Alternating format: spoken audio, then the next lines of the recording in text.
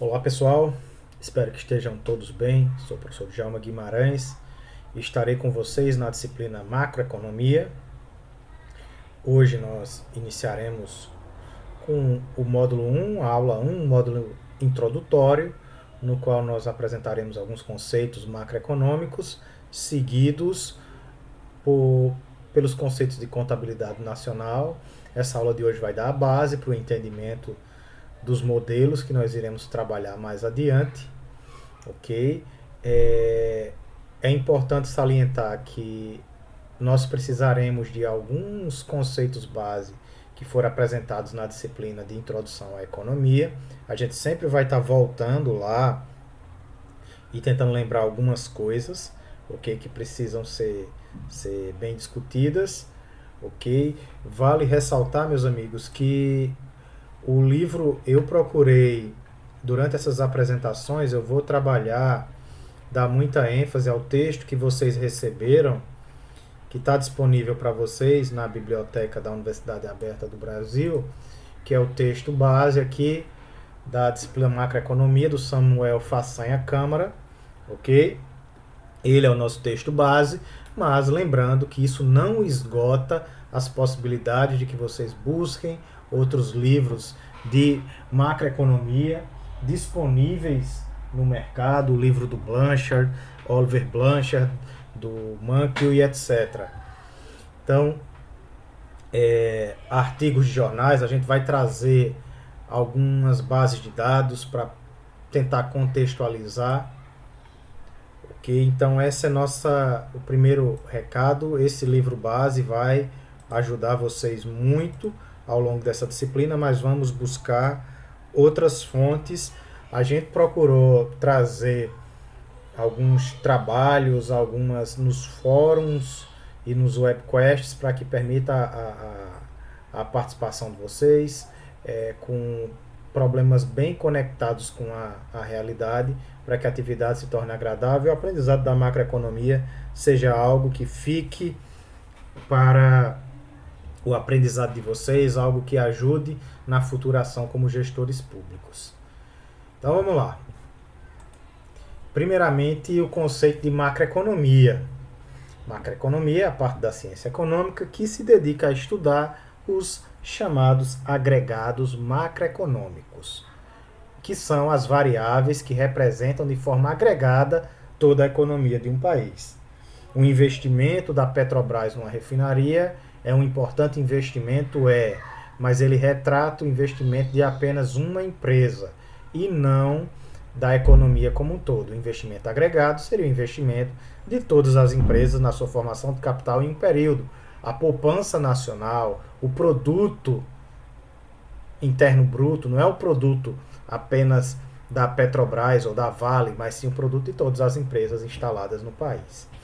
Então, para entender mais sobre como são divulgados, onde estão disponíveis esses agregados, eu coloquei esse QR Code aí que vocês podem apontar o celular de vocês para eles e vai direcioná-los para o site do Banco Central. Ok? Então, aqui no site do Banco Central nós temos várias informações, vários indicadores interessantes. Você pode vir aqui em estatísticas. Então aqui vai mostrar séries históricas, séries temporais de taxas de juros, algumas tabelas bem interessantes. Tem bastante estatística aqui sobre câmbio, mercado aberto, o sistema brasileiro de pagamentos, etc. Para a gente, hoje, vai interessar aqui o Boletim Focus. Ok? Então, aqui no início, nós temos vários estudos muito interessantes que vocês podem buscar, mas vai nos interessar aqui o Boletim Focus. O que é o Boletim Focus? O Boletim Focus é um relatório que é produzido com a opinião de especialistas de mercado sobre o comportamento futuro de determinados agregados macroeconômicos. Então nós temos são consultados vários analistas de mercado e as respostas dele, a mediana das respostas deles são apresentadas aqui. Então, por exemplo, em relação ao IPCA para o ano de 2020, nós tivemos aqui 119 respostas, ou 117, melhor dizendo, ok? Então, hoje, no caso, no dia 10 de julho, quando esse relatório foi divulgado, a opinião desses especialistas era de que o índice de preço ao consumidor amplo, o percentual, ele representado em percentual, ele no ano 2020 ele vai fechar em 1,72, em 2021 3, 2024 3,5, 2022 3,5, 2023 3,5, 3,25. Aí você tem uma opinião passada comparado com uma semana antes e com 4 semanas antes. Quando você tem o vetorzinho aqui, o triângulo para cima, viés de alta, subiu. Quando tem o vetor para baixo, vermelhinho, tendência de queda. E aqui nós temos quando ele se comporta da mesma maneira. Então temos aqui o PIB, o que é a projeção do PIB. Aqui nós temos a tragédia que nós estamos vivendo nesse período de pandemia. Ok? Então a previsão é de colossais 6,10% de decrescimento do PIB. Melhorou um pouquinho da semana passada para essa, provavelmente com o anúncio da melhoria das vendas e da produção industrial, começaram a recuperar parte das perdas. 2021, uma situação melhor de 3,50, 2022, 2,50 e assim sucessivamente. A taxa de câmbio, quanto de moeda local é necessário para comprar uma unidade de moeda estrangeira. Nós temos um real extremamente desvalorizado, como poucas vezes foi visto nesse período pós-estabilização da economia. Ok, 2020 e 2021 com a tendência de ligeira queda. Aí temos outros, índice geral de preço do mercado, produção industrial, o saldo da balança comercial brasileira em bilhões de dólares, o saldo da conta corrente. Nós veremos esses indicadores aqui quando formos trabalhar o balanço de pagamentos. Ok? Então tem bastante informação que vocês podem ver, uma série histórica maior de 12 meses, dívida do setor público, o IGPM, como tem se comportado e assim sucessivamente. Então, se precisarem de uma projeção de mercado, expectativa de mercado para a economia, aqui está o Boletim Focus que vai poder ajudá-los.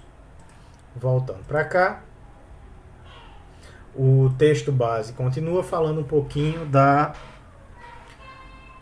evolução das ideias macroeconômicas, ok? A partir do trabalho do John Maynard Keynes, ok? Grande precursor do pensamento macroeconômico. Então, até a década de 30, quando é lançado o livro do John Maynard Keynes, Teoria Geral do Emprego, Juro e da Moeda, predominava ideias neoclássicas, ideias que reforçavam o papel do mercado como regulador da atividade econômica. No entanto, a crise de 1929 pôs à prova essa teoria neoclássica. E por mais que se defendesse esse tipo de pensamento, essa corrente econômica, o custo da Grande Depressão, do pós-guerra, foi grande demais. Nós tivemos milhões de desempregados, uma depressão econômica, e o remédio oferecido pelo pensamento econômico predominante, o pensamento neoclássico, não conseguia resolver a situação. Os dois pilares da lei de Sek, a oferta gera sua própria procura, e do princípio dos salários flexíveis, dois tópicos que nós vimos lá no pensamento econômico, quando falamos na disciplina de introdução à economia, eles não eram suficientes para entender por que a economia não conseguia se recuperar mesmo sendo seguidos os pressupostos que eram apresentados pelo pensamento corrente. Então, o Keynes vai trazer uma nova abordagem para a macroeconomia, na qual o princípio da lei de Sé ele será modificado, vai ser derrubado, não vai ser a oferta que vai gerar a procura, mas a procura que gera a oferta, o papel das expectativas empresariais e o princípio dos salários flexíveis, que existia uma lógica de que o desemprego era um desemprego conjuntural, que as pessoas não estavam conseguindo emprego porque não procuravam. Essa era a resposta que a economia dava para milhões de desempregados, para o pensamento econômico da época. O que de fato não era a realidade. E a ideia de Keynes, os princípios de Keynes vão balizar o desenvolvimento das políticas econômicas de então e nas décadas futuras, de forma que o Estado vai assumir um papel como indutor de expectativas positivas nos Estados Unidos, por exemplo, grandes obras na Europa, aqui no Brasil, o governo comprar café e jogar no mar e queimar para manter a economia, o setor cafeeiro aquecido. Isso são exemplos de intervenções do Estado na economia. Então, esses princípios vão ser seguidos. Nós veremos no capítulo 3, com maiores detalhes, que essa obra do Keynes ela é analisada de uma maneira mais completa, com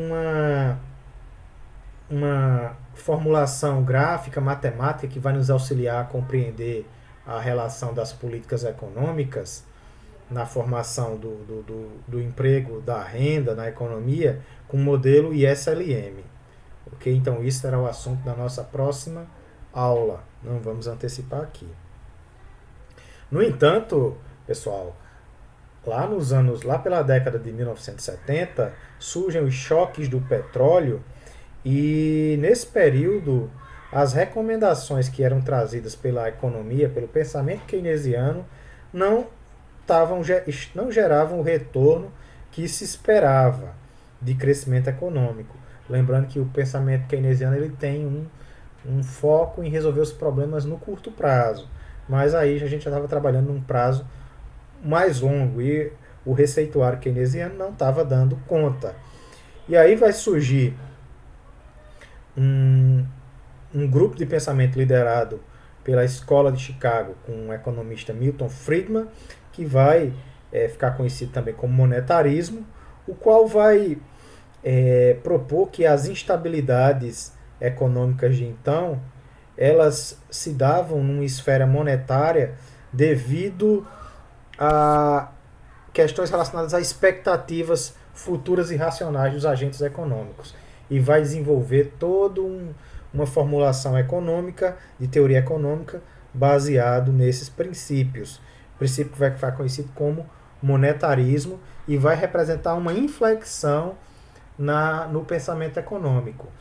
Quando a gente estuda história do pensamento econômico, a gente consegue perceber que a economia se move basicamente num pêndulo. Em um período, nós temos uma presença mais forte do Estado na economia, em outro período, nós temos uma participação mais efetiva do Estado. E esse pêndulo vai e volta, mercantilistas, fisiocratas, clássicos, ok? Neoclássicos keynesianos. Aí tem um pensamento econômico mais recente, conhecido como novos clássicos, novos keynesianos. Então, essa ideia, esse pêndulo, ele oscila entre um período de maior participação do Estado e um período de menor participação do Estado. Então, a gente consegue ver isso até na política, na gestão brasileira. Então, nós tivemos, com a estabilização da economia, governos, no início, governos que com uma lógica mais pró-mercado, mais liberalizante. Ok? Depois, uma inflexão com uma visão mais estatizante. Agora, um arremedo de uma noção mais, novamente, mais liberalizante na economia. E assim as coisas vão para frente. Então, o texto ele vai trazer também alguns outros outras escolas, releituras do pensamento econômico keynesiano. E, meus amigos, os problemas e modelos macroeconômicos, eles são o entendimento de questões complexas, como o funcionamento de uma sociedade tão difusa, tão diversa. Ela consegue ser deduzido através da construção de modelos. E o que são modelos? São simplificações da realidade. É como se você colocasse algumas hipóteses restritivas e você conseguisse tornar de maneira mais simples, mais visível, o funcionamento geral de um sistema, uma maquete de um ambiente econômico. Então, a economia utiliza muitos modelos e nós vamos conhecer vários modelos ao longo dessa disciplina. E um modelo muito conhecido, o que vocês devem, que a gente vai trabalhar agora, que ele ajuda-nos a entender esse funcionamento da economia, é o modelo do fluxo circular da renda, ou como o texto chama, modelo circular da economia. Então, de um lado, nós temos agentes econômicos. Aqui nós temos as famílias e do outro nós temos as empresas. Então, quem são as famílias? São quem oferta os fatores de produção, os trabalhadores, os empresários, pessoas físicas. Do outro lado, nós temos as empresas, que são as pessoas jurídicas. Mas o que são esses fatores de produção? Fatores de produção são os recursos que são combinados, ok, que permitem que seja produzido bem e serviço. Então, os fatores de produção são capital, trabalho, recursos naturais, capacidade gerencial. Para produzir o smartphone ou o computador que você está utilizando para assistir essa aula, então alguns recursos foram combinados. Então você tinha o capital, você tinha o maquinário, o prédio, a estrutura física necessária, você tinha o trabalho, você tinha o operador das máquinas, ok? Tinha o ser humano lá na produção. Você tinha os recursos naturais ou matérias-primas, que são os componentes, os insumos desse celular. E você também tinha a capacidade gerencial, tinha o gestor que está articulando, organizando esses fatores de produção. Então esses fatores de produção, eles entram no processo produtivo e saem os produtos e serviços. Aquele modelo, entradas, processo produtivo, saídas, input, processo produtivo, output. Então, as empresas vão ofertar esses fatores de produção, ok, no mercado de fatores de produção. Esse é o mercado de trabalho, é o mercado de máquinas, ok, aluguel de salas, etc. As empresas adquirem esses fatores de produção no mercado de fatores de produção para produzir bens e serviços. Então as firmas, as empresas produzem os bens e serviços e ofertam nos mercados.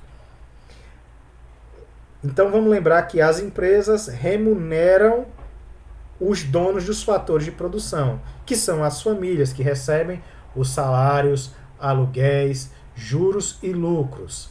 Essas famílias, com esses recursos, consomem os bens que são produzidos nesse mercado de bens e serviços. Então, de forma que as remunerações vêm para as empresas, okay, e essa remuneração volta para as empresas quando são consumidos aqui os bens e serviços que são produzidos pelas empresas. Então nós temos um fluxo de produtos, ok, que sai das firmas, vai para o mercado de bens e serviços e vai para as famílias, o sofá, o feijão, o pão, a passagem aérea e etc. E nós temos um fluxo nominal, um fluxo de dinheiro que sai das firmas, vai para os mercados de fatores e famílias através das remunerações. E quando a gente compra um sapato, compra um calçado, esse recurso volta para as empresas. Ok? Então, essa é a lógica do fluxo circular da renda na economia. E ele vai ser interessante entendê-lo porque ele vai nos permitir compreender algumas identidades macroeconômicas que a gente vai discutir mais adiante. Inclusive, a própria teoria a lei de Say, ela vai propor que a oferta gera a procura, ou seja, quando os empresários decidem produzir, ou seja, quando as firmas compram fatores de produção, elas pagam aqui as famílias que vão consumir os bens que elas produzem. Ou seja, as firmas, a oferta gera sua própria procura. O pensamento keynesiano vai por uma lógica diferente. As firmas olham para o mercado. Elas vão, quando o empresário percebe um cenário positivo, e quando ele tem uma expectativa positiva de vendas no mercado consumidor, ou seja, junto às famílias, aí ele contrata os fatores de produção e investe. Essa é a diferença da ótica da lei de Say do pensamento keynesiano, ok? Vamos tratar disso mais adiante. Então, meus amigos, do mesmo modo que nós temos a contabilidade que ajuda as empresas a mensurar o valor de seu capital, das transações que são realizadas diariamente para que ela consiga mensurar e controlar o valor, existe uma contabilidade nacional, que é uma contabilidade que é destinada a analisar as contas de um país. Então, a contabilidade nacional é a ferramenta de mensuração dos agregados macroeconômicos. Então, a metodologia que vai ser utilizada para mensurar esses agregados é o que se chama de contabilidade nacional. Ok? Vamos considerar aí o PIB, o Produto Interno Bruto. Vamos pensar numa economia, de novo, um modelo. Olha só, pessoal, aqui isso é um modelo. Esse fluxo circular da renda é um modelo porque a gente está simplificando a realidade. A gente não está colocando aí comércio exterior, não está considerando que as famílias poupam a parte da renda, não está colocando o governo tributando. É uma simplificação para a gente entender o funcionamento. Mesmo modo aqui, nós temos uma economia que produz apenas pão. Então, o agricultor plantou lá o trigo, produziu 100 unidades monetárias de trigo. Ou seja, valor adicionado 100 reais, por exemplo. Ele transformou o trigo, comprou mais alguns insumos, com os 100 dos insumos aqui, ó, com trigo, os 100 de trigo, o moinho conseguiu produzir 200. As 100 unidades de recurso, de trigo, melhor dizendo, as 100 unidades de trigo moídas, transformadas em farinha, isso adiciona um valor de 100. Ou seja, agora nós temos 200 unidades monetárias em farinha. Quando essas 200 unidades monetárias de farinha são transformadas, são preparadas, cozidas e transformadas em pão, nós acrescentamos aqui 50, ou seja, o valor final desse pão, dessa quantidade de pão, será 250. Se nós somamos o valor adicionado, nós teremos também aqui 250, que é exatamente o valor do PIB desta economia. Ok, meus amigos? Então, a partir do valor do bem final ou da soma do valor adicionado, a gente chega no valor do PIB desta economia.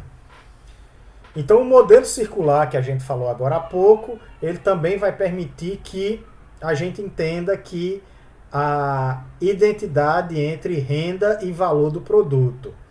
Então, vamos pensar o seguinte. Vamos começar aqui nessa... A gente tem aqui desse lado a despesa, ok? Que é o que os consumidores vão fazer com o dinheiro que eles recebem. Então, nós temos o produto fabricado aqui pelas firmas, e para fabricar esse produto, as famílias recebem seus salários, aluguéis, juros e lucros, que é a remuneração dos fatores de produção. Então, esse processo de produção gera renda. E a renda gera despesa, que é o uso da nossa renda para a compra de bens e serviços.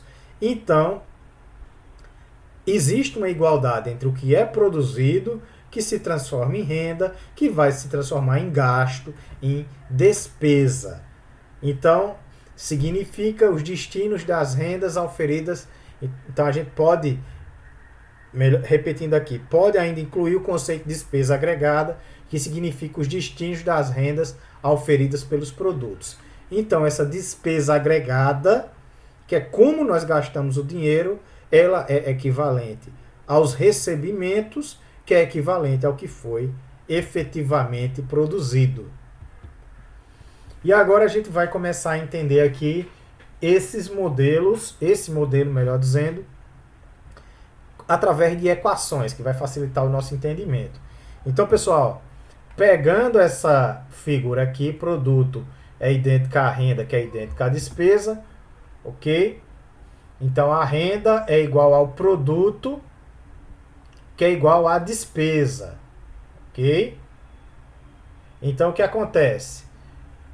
Podemos, em uma economia sem governo, dizer que a renda, o produto aqui, o produto que se transforma em renda, a sua representação monetária, se destinará ao consumo, letrinha C, e poupança, destina S. Letrinha S, melhor dizendo. Então, Y, que é igual a renda é igual a consumo mais a poupança. Então, é lógico isso. O que você ganha, a sua renda, que é equivalente ao produto, ok? Da economia, lembrando das identidades, o que você ganha, ou você poupa, ou você gasta, você consome. Então, Y é igual a C mais S.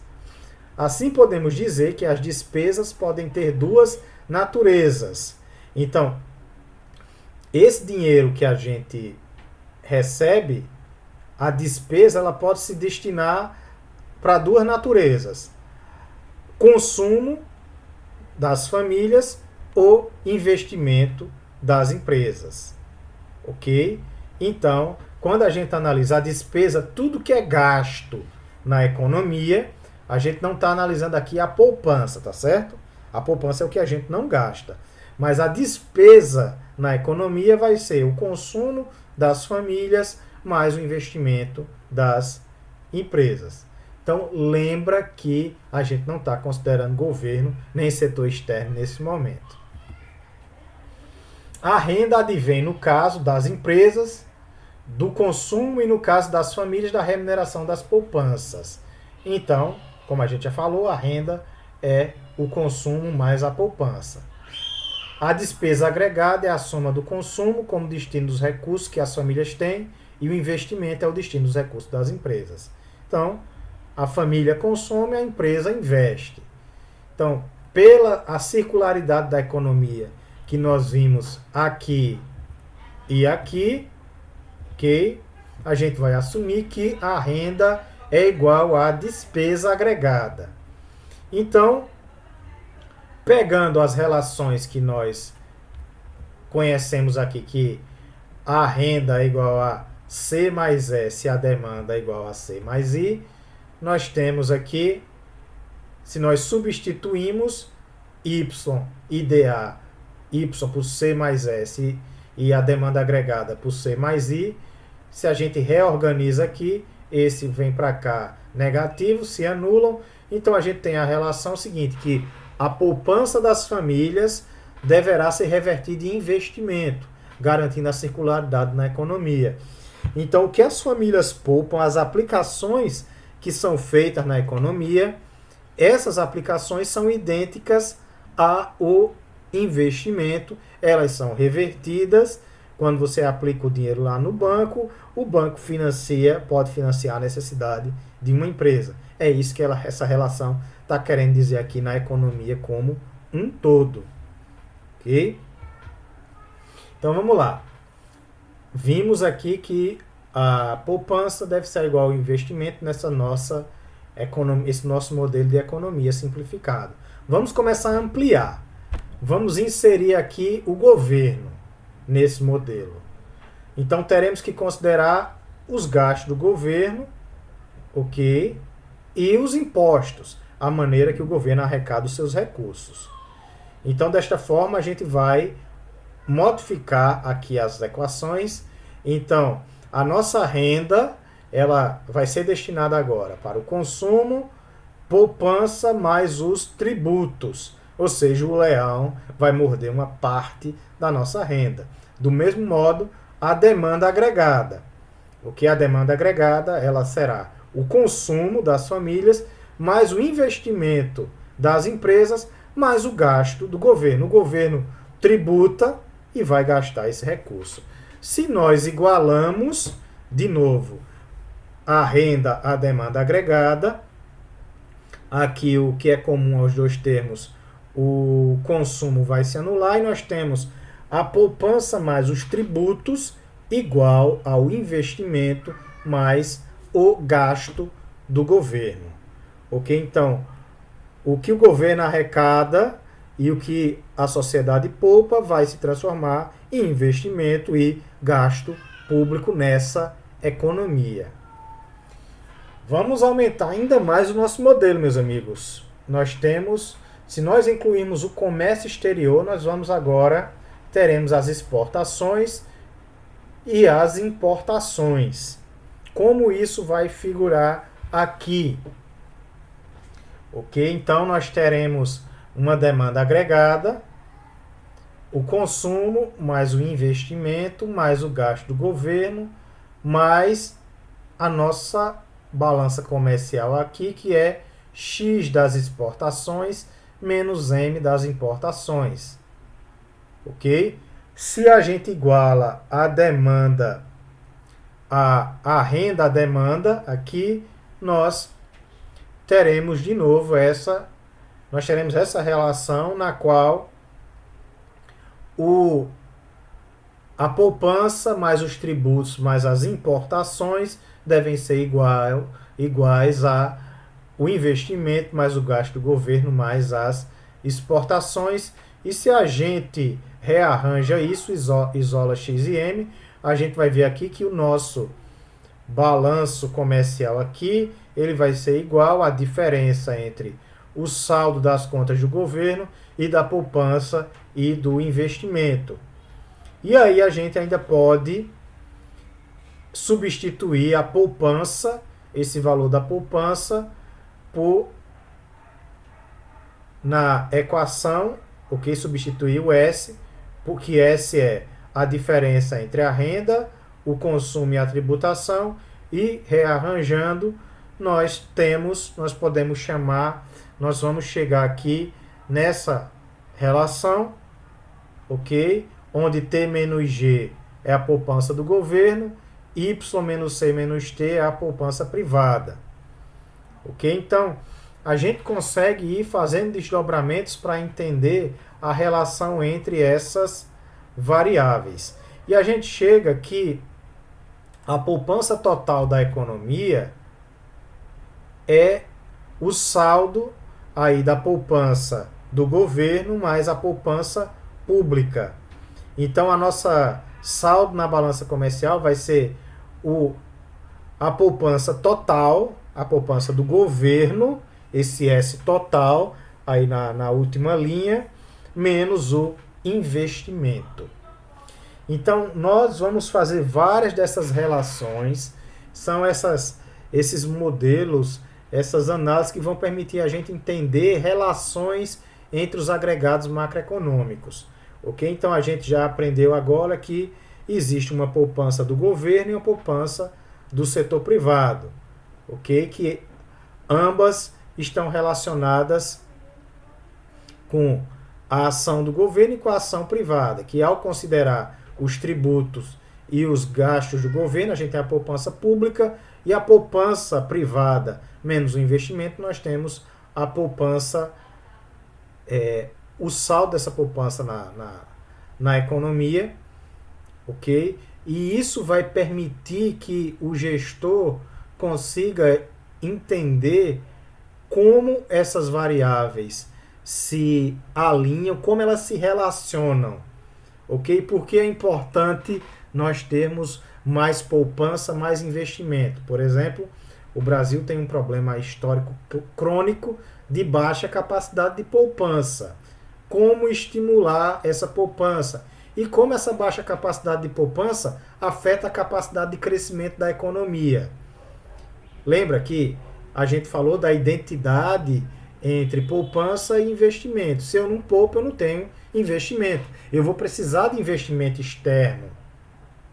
Ok? Num cenário desse de crise como nós vivemos, o Brasil perdendo capital, uma fuga de capitais, fica difícil o investimento produtivo no país.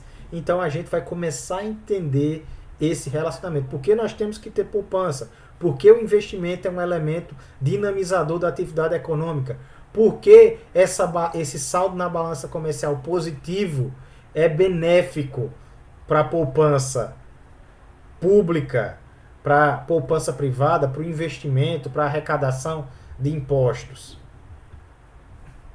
E aí, pessoal, o capítulo o capítulo que fala de contabilidade nacional vai apresentar para vocês vários conceitos, ok? Produto nacional bruto, produto interno bruto, produto líquido, ok? Então vocês vão verificar várias relações.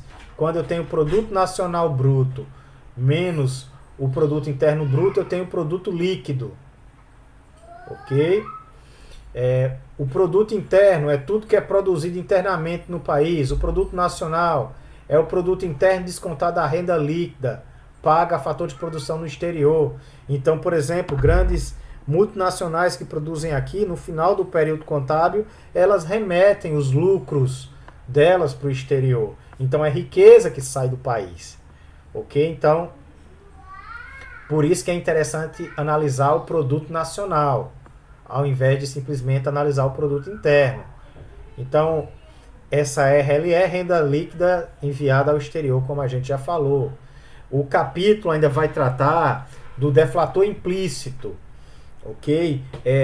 Nós temos situações de inflação elevada e como essa inflação elevada ela afeta a mensuração dos indicadores. Como trazer isso para uma base real? Como tirar o efeito da inflação dos indicadores econômicos? E isso temos um texto no texto vocês têm lá algumas equaçõezinhas que vão ajudar a gente a conhecer o que é esse deflator implícito. Trazendo aqui o exemplo do livro rapidamente, ok? Então, vamos supor aqui que o PIB nominal de um país, ou seja, o PIB sem descontar a inflação, foi de 1.000 em 2000 e que em 2010 foi 1.500. Então, se a gente observa simplesmente pelo PIB nominal, a gente vai fazer o valor futuro menos o valor presente dividido pelo valor presente vezes 100. Ou seja, o último valor, 1.500, menos 1.000 vai dar 500. Tudo isso dividido por 1.500 menos 1.000 dividido por 1.000 vezes 100. Ok? Vai dar 0,5 vezes 100, 50%. Ok? Então, olhando simplesmente pelo prisma nominal, você pode dizer, poxa vida, o PIB cresceu 5%. Mas, vamos supor que nesse período nós tivemos um período de inflação de 20%. Aí nós vamos precisar usar o que a gente chama de deflator implícito. Então nós precisaremos encontrar o PIB real. Então o PIB real em 2000 é 1.000, porque está dentro do mesmo período. No entanto, em 10 anos nós tivemos 20%, 100 mais 20, 120.